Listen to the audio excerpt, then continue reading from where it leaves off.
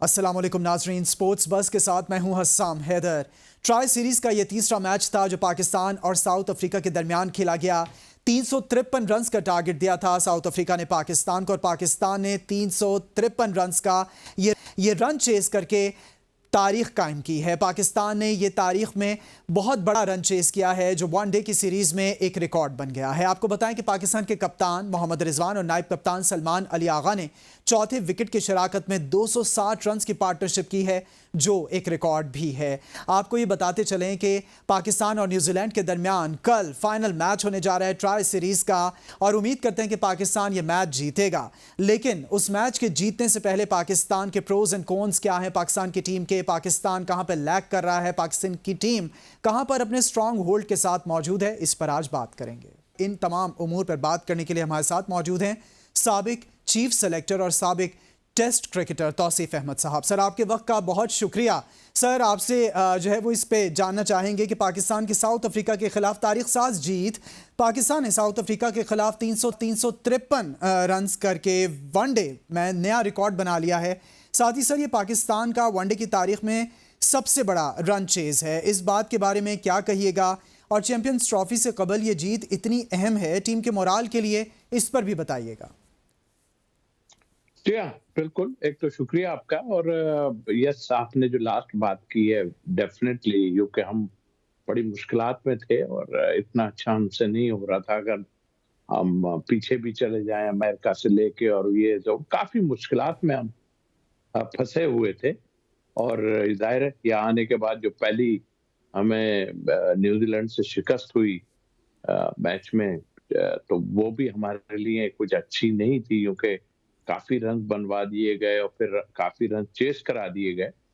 तो उस लिहाज से मैं समझता हूँ कि मुश्किलात तो बहुत थी, और जाहिर है कुछ जो कमियां हैं वो हम डिस्कस करते भी रहे, और सारा कुछ है और अभी भी कुछ मौजूद जरूरत है। बट कल तो एक्स्ट्रा ऑर्डिनरी खेला है पाकिस्तान, और इसी की जरूरत है। जी, पाकिस्तान के अवाम और हम लोग जो हैं वो जो है बिल्कुल चाहते हैं कि इस तरह के खेल खेला जाए। रिजवान और सलमान अली आगा ने 260 रन जोड़कर चौथे विकेट के लिए पाकिस्तान की वनडे की तारीख की सबसे बड़ी शराकतदारी कायम की है। क्या अब पाकिस्तान का मिडिल ऑर्डर का मसला हल होता आप देखते हैं? देखिए, एक मैच से डेफिनेटली चीन अच्छा खेला है, बहुत ही अच्छा है, लेकिन मुश्किलात पहले से आ रही है इतनी। और सबसे पहले जब तक आपकी ओपन जो है पार्टनरशिप एक अच्छी लगती है, और फिर आप थोड़ा सा टाइम गुजार जाते हैं, और उसके बाद हमारा मिडिल ऑर्डर आता है। जैसे कि कल हमने देखा कि 57 रन की पार्टनरशिप लगी, और फखर के आने से डेफिनेटली, जबकि जी, हमारे जो उन बाबर इतने फॉर्म में नहीं है, लेकिन उन्होंने 57 रन की पार्टनरशिप की, और उसके बाद तो वाकई एक्स्ट्रा ऑर्डिनरी खेला है। और इतना आसान नहीं है। आप 9 रन की एवरेज से जा रहे थे आप, और 7 रन की एवरेज आपको चाहिए थी। तो आई थिंक मेरा ख्याल है मेंटेन रखना जो है ना, बड़ी बात है, और हमने ऊपर नहीं जाने दिया, और दोनों प्लेयर्स को जो है मैं क्रेडिट देता हूँ इस बात का कि मतलब ऐसी चीज जो मेरा नहीं ख्याल कोई अगर कह भी रहा है। खैर, मैंने कल मैं एक चैनल पे बैठा हुआ था ARY पे, मैंने हल्का पिच, बड़ी जबरदस्त पिच खेल रही थी, और हमारी बॉलिंग उनसे बेहतर थी, फिर भी हमने इतने रन्स करा दिए थे। सर, कप्तान मोहम्मद रिजवान के बारे में क्या कहिएगा, उनकी कप्तानी को कैसे देख रहे हैं आप? देखिए, जब आदमी जीत रहा होता है तो बहुत बहुत सी चीजें छुप जाती हैं, बट बीइंग ए प्लेयर मैं समझता हूँ कि हम जो बारीकियां देखते हैं, जीतने के बाद भी कई चीजें ऐसी होती हैं जो मेरी नजर में या प्लेयरों की नजर में वो इतना नहीं होती, उस पर पॉइंट आउट करना चाहिए, बल्कि उसको सुनना चाहिए कि क्या हुआ था ग्राउंड में। जाहिर है इतने बड़े बड़े प्लेयर वहां पे बैठे हैं आके वगैरह सारे, तो ये चीजें होती हैं, बट जो टीम इनसाइड खेल रही होती है उसको ज्यादा, उसमें जो लड़के मौजूद हैं, हमारे टाइम में भी अगर एक बड़ा कप्तान मौजूद था तो उसके साथ ऐसे प्लेयर मौजूद थे जो उनको मशवरे देते थे कि इस टाइम ऐसा कर लो, इस टाइम ऐसा कर लो। तो ये एक कप्तान को हेल्प करने वाली चीजें होती हैं। और अभी बाकी है थोड़ा देखना, हमें कुछ हमें ऐसी चीजें नजर आई कि जिसमें मैंने जैसे पहले कहा कि हमें कुछ बॉलिंग चेंजेस में मुश्किलात हुई। बॉलिंग तो वो ठीक नहीं कर रहे थे सब, लेकिन बॉलिंग चेंजेस में हमें मुश्किलात आई जी। और मार पड़ रही थी। तो उसको अगर ये अपने आप कवर कर लेंगे तो आई होप कि आगे चल के अच्छा हो जाएगा। तौसीफ साहब, कप्तान के बारे में बात हो रही है। मोहम्मद रिजवान को आप कैसे देखते हैं कि आप पाकिस्तान को वो कप्तान मिल गया जिसकी हमें तलाश थी? ऐसा अभी मैं कह नहीं सकता हूँ। जाहिर है आपके पास चॉइसेस बहुत कम है आपके पास, और उसमें जो है आपको अभी थोड़ा देखना पड़ेगा। और ये चैंपियंस ट्रॉफी जो है हम देखेंगे इसमें सारा कुछ हम लोग, और यकीनी तौर पे। और फिर ये मैंने बताया कंबाइंड ऑफर्ट जो एफर्ट जो होते हैं ना वो टीम होते हैं एफर्ट, अंदर, जी। वही चीज को तो कुछ। सर, मोहम्मद रिजवान को आप पाकिस्तान टीम को लीड करता देखते हैं? आप उनको कैप्टेंसी में लीड कप्तान के तौर पे देखते हैं जो फ्रंट से लीड कर सके? देखिए, अभी कहना जरा इतना आसान नहीं है, और अभी चीजें हमें कुछ नजर आ रही हैं। एक विकेट हमारी जो है वो विक्ट्री आई है हमारे पास, और वो विक्ट्री आने के बाद जो है मैं समझता हूं कि कॉन्फिडेंस जरूर आया है। मगर ये चीजें वो होती हैं जो प्लेयर अंदर मौजूद होते हैं, लाइक बाबर एंड अदर जो हैं वो थोड़ा एक्सपीरियंस वाले जो हैं। हमारे टाइम में भी यही कुछ होता था कि एक्सपीरियंस वाले जो है मशवरा देते थे कप्तान को, और कंबाइंड होके खेलते थे तो सारा कुछ ठीक हो जाता था।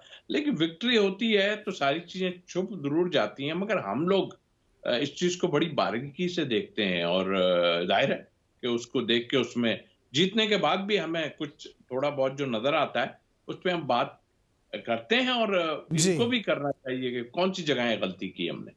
सर, आप गलतियों की और टीम वर्क की बात तो कर रहे हैं, तो ये बताइएगा कल का जो फाइनल मैच होने जा रहा है ट्राई सीरीज का, वो पाकिस्तान और न्यूजीलैंड का, उसमें आप पाकिस्तान को कहां देखते हैं? पाकिस्तान को जीतता देख रहे हैं या बस मुकाबला होगा अच्छा? देखिए, एक जीत कल जो हुई है वो वाकई इससे पहले हम लोग गिरे पड़े थे। बिल्कुल ऑनेस्टली ये मैं अल्फाज इस्तेमाल कर रहा हूँ कि बिल्कुल बुरा हाल था दोनों तरफ से। बेशक। लेकिन हमें बॉलिंग को जो है वो देखना पड़ेगा, क्योंकि हम बॉलिंग को कहते थे कि हमारी बॉलिंग जो है वो हमें जो है करके दे देगी। हम बैटिंग को कहते थे कि भाई यार ये लोग नहीं कुछ कर रहा है। तो आई थिंक मेरा ख्याल है कि अभी दोनों चीजों में हम फंसे। बैटिंग में कल हमने बहुत अच्छा किया, लेकिन जो मेन हमारी बॉलिंग है, हमारे मेन बॉलर्स हैं, क्योंकि हमारे बॉलर ही तगड़े थे। उनके बॉलर साउथ अफ्रीकन के इतने अच्छे नहीं थे। अच्छा, अगर हम न्यूजीलैंड की बात करें, बड़े उनके पास बड़ी जबरदस्त स्ट्रेटेजी बनाने वाले हैं कि नीचे तक आकर जो है वो खेलते हैं, और डेफिनेटली उन पे प्रेशर होगा, और आई होप अल्लाह करेगा कल जैसी परफॉर्मेंस पाकिस्तान दे। नाजरीन, यहाँ पर तौसीफ अहमद साहब हमारे साथ मौजूद हैं, मगर यहाँ पर वक्त हुआ एक ब्रेक का। ब्रेक पर जाएंगे और वापस आएंगे तौसीफ अहमद साहब से गुफ्तगू जारी रखेंगे। नाजरीन, welcome back in sports buzz. हमारे साथ साबिक टेस्ट क्रिकेटर, साबिक चीफ सेलेक्टर तौसीफ अहमद साहब मौजूद हैं। उनसे दोबारा से गुफ्तगू का आगाज करेंगे। अच्छा सर, नसीम शाह ने 2 रोज पहले कहा था, नसीम शाह की जानिब से 2 रोज पहले बयान सामने आया था कि मैं अपनी बॉलिंग से मुतमईन नहीं हूँ। बड़ी अच्छी बात है अगर वो खुद सोच रहे हैं। मुतमईन तो हम भी नहीं है, जो वो करते हैं वो नहीं कर रहे वो, तो उस लिहाज से तो हम भी कहते हैं।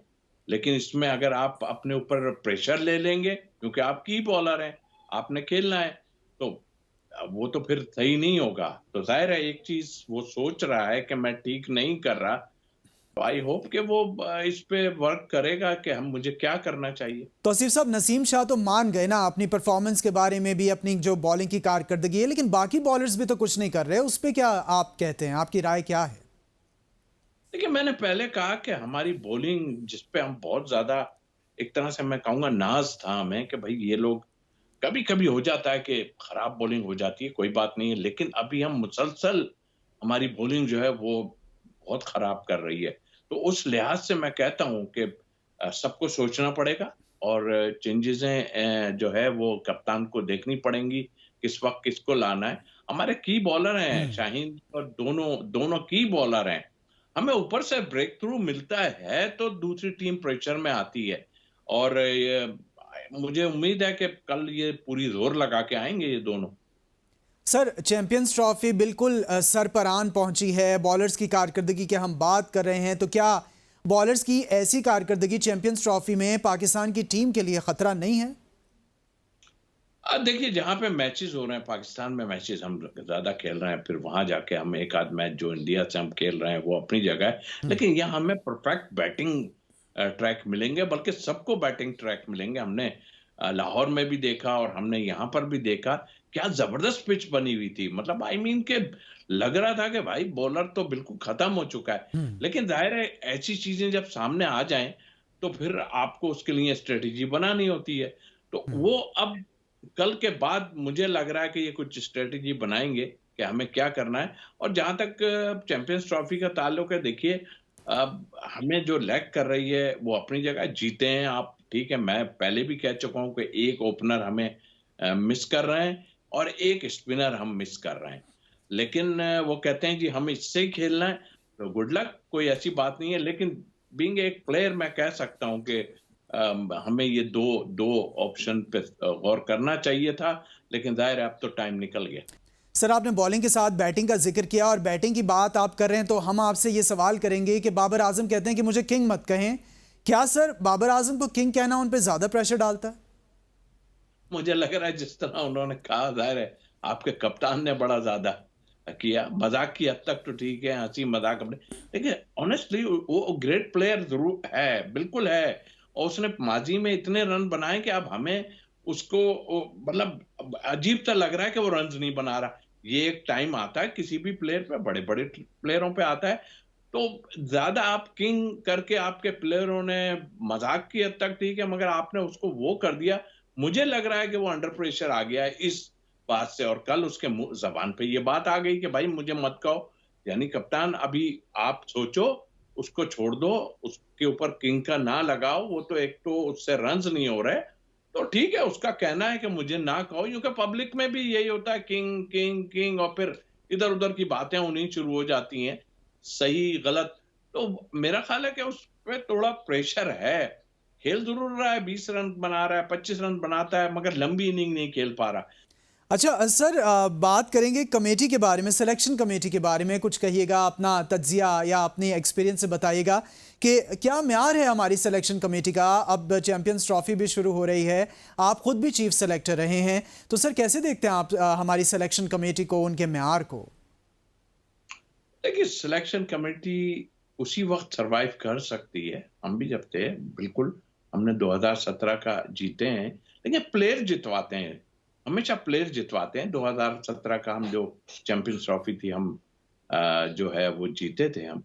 और अब जो है वो जाहिर है कि इस सिलेक्शन कमेटी की आप बात करते हैं, तो डिसीजन तो बहुत अच्छे तो नहीं आए ना। आपने देखा पीछे भी जितनी आपने टीमें सेलेक्ट की, इतना मतलब सक्सेसफुल नहीं रहे आप। जी। और हकीकत यह है कि देखें अब इस वक्त मैं कम से कम मैं इतना कुछ बोल चुका हूँ और सही वे में बोला है, मुझे किसी से नहीं है ना। लेकिन आपने जिन लोगों को लगाया था उसमें, मैं सीधी बात है वहाब रियाज की भी बात करता हूँ, या फिर आप वो 50-50 लाख रुपए जिनको दे रहे हैं, उन वो पहले नहीं आए कभी क्या? वो आए तो थे ना। उन्होंने आने के बाद क्या किया था? आप सकलैन मुश्ताक को ले लीजिए, आप वकार यूनुस को ले लीजिए और बाकियों को भी आप ले लीजिए। उन्होंने वो चले हुए कारतूस तो होके गए हैं ना यार। मतलब ये है कि मुझे तो बुरा लग रहा है, मतलब लेकिन बस क्या गीदड़ सिंगी है, मुझे नहीं पता इस बात का कि क्या गीदड़ सिंगी है। अभी इस वक्त में खैर वो तो नहीं है, क्योंकि वो तो दौड़ ही गए ना, जैसे उनको सिलेक्शन कमेटी का बना के नकवी साहब लेके आए थे, लेकिन वो तो फिर दूसरी तरफ चले गए। वकार यूनुस की बात कर रहा हूं। आई थिंक यहाँ सिलेक्शन कमेटी उस वक्त तक सरवाइव करती है जब तक टीम जीत रही होती है, लेकिन ये सब चले। क्या आप बताइए, अब्दुल रहमान को स्पिनर की हैसियत से अब लाए हैं, सकलैन से बड़ा है क्या वो? आप बताएं मुझे। तो मतलब आप, मुझे लग रहा है बस सिर्फ आप जॉब कर रहे हैं बैठ के, और कोई आप वही लड़के खेल रहे हैं जो हमारे टाइम में खेले थे, वही हैं सब, कोई ऐसी नई चेंजेस नहीं आई इतने टाइम में, वही सब हैं। तो आप बताइए, आप कह रहे थे कि हम कोई नए प्लेयर, वही 25 से 30 लड़का वो है जो पहले खेल रहा था। तो आई थिंक मेरा ख्याल है कि कोई बहुत एक्स्ट्रा ऑर्डिनरी आप काम नहीं कर रहे हैं कि आपने काम किया। ठीक है, आप जहां से आए हैं, जहां से आपने मतलब आपको लाया गया, ठीक है, जब आपका टाइम अल्लाह ताला खत्म करेगा या आपको दिया है, उस वक्त खत्म हो जाएगा। लेकिन नकवी साहब से मैं एक रिक्वेस्ट जरूर है कि देखिए, आप बिल्कुल ठीक कर सकते हैं, आपने इनके ऊपर छोड़ दिया है सबके, नहीं, डोमेस्टिक की बात कर लें। डोमेस्टिक इससे वर्स्ट कभी डोमेस्टिक हुई नहीं है। आज तक मैंने ऐसी वर्स्ट डोमेस्टिक नहीं देखी जो हम देख रहे हैं कि अंडर 19 की टीमें आती हैं यहाँ पर, और आने के बाद जो है वो मैच होता है शुरू, उसके बाद एकदम कहते हैं भाई जी खत्म, क्योंकि वो ऐसा हो गया, ऐसा हो गया। यानी इतना खर्चा, एक खर्चा हो तो बताएं ना आप, कि 50 लाख रुपए एक प्लेयर, एक आपके मेंटोर को मिल रहे हैं यार। मतलब क्या इसमें क्या है? आप ही बताएं ना मुझे कि ये क्या पैसे का ज़या नहीं है? वही फाइनेंशियल लड़के हैं। लॉस की आपने बात की, ठीक हो गया। सर आपने सिलेक्शन कमेटी की बात की कि सिलेक्शन कमेटी हमारे यहाँ तब तक चलती है जब तक टीम जीत रही हो। आपने गीदड़ सिंघी की बात की है, आपने साथ ही चलते हुए कारतूस की भी बात की है। तो सर आप खुद भी चीफ सिलेक्टर रहे हैं, तो आप क्या देखते हैं मौजूदा जो सिलेक्शन कमेटी है वो भी, और आपका जो तजर्बा रहा आपके ज़माने का वो भी, और आपके जारी बातें लिंक्स होंगे, कॉन्टैक्ट्स होंगे, तो पर्ची सिस्टम, सिफारिश, ये चीज़ें चलती हैं जिससे प्लेयर्स की इंडक्शन की जाती है और टीम का बेड़ा गर्क होता है? प्रेशर आता है डेफिनेटली। अब मैं खुल के ये बात इस वक्त नहीं करूंगा, प्रेशर आता है। लेकिन हमारे साथ जो चीफ सिलेक्टर था ना, मैं तो खैर एक दिन इसलिए बना था कि इंजमाम को उन्होंने हटाया था। हमारा बहुत जानदार चीफ सिलेक्टर था। मैं बाकी मुझे नहीं पता क्या बाकी चीजें थी, लेकिन वो बहुत जान, एक रिस्पेक्ट होनी चाहिए किसी चीफ सिलेक्टर की, कि हर कोई आन के उसके आजू बाजू हंसी मजाक शुरू कर दे। ऐसा चीफ सिलेक्टर नहीं। मैं ये नहीं कहता, ठीक है आपसे होगी, लेकिन ये तो वही है जो सब साथ खेले में वही है, तो फिर आप सोच लें क्या होगी फिर। असद शफीक अभी तक खेल रहे थे, फौरन हटा के, दोस्ती यारियां हैं वो हो गई हैं, तो कर लें दोस्ती यारी से, कोई टीम का तो बेड़ा गर्क हो रहा है ना। ठीक है, जब तक आपका टाइम है कर लें। दोस्ती यारियां आपने की हैं, ये पक्की बात है, इसमें कोई दो राय नहीं।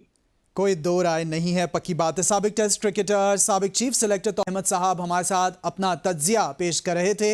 नाज़रीन, हम उम्मीद करते हैं कि ट्राई सीरीज का फाइनल कल जो हो रहा है न्यूजीलैंड के साथ, पाकिस्तान वो जीते और पाकिस्तान के साथ, पाकिस्तान की टीम के साथ पाकिस्तानी बहुत बहुत खुशियां मनाएं। और स्पोर्ट्स बज़ से फिलवक्त के लिए इतना ही, और कल से फिर हाजिर होंगे नई एपिसोड के साथ। देखते रहिए स्पोर्ट्स बज़, देखते रहिए ABN। अल्लाह हाफ़िज़।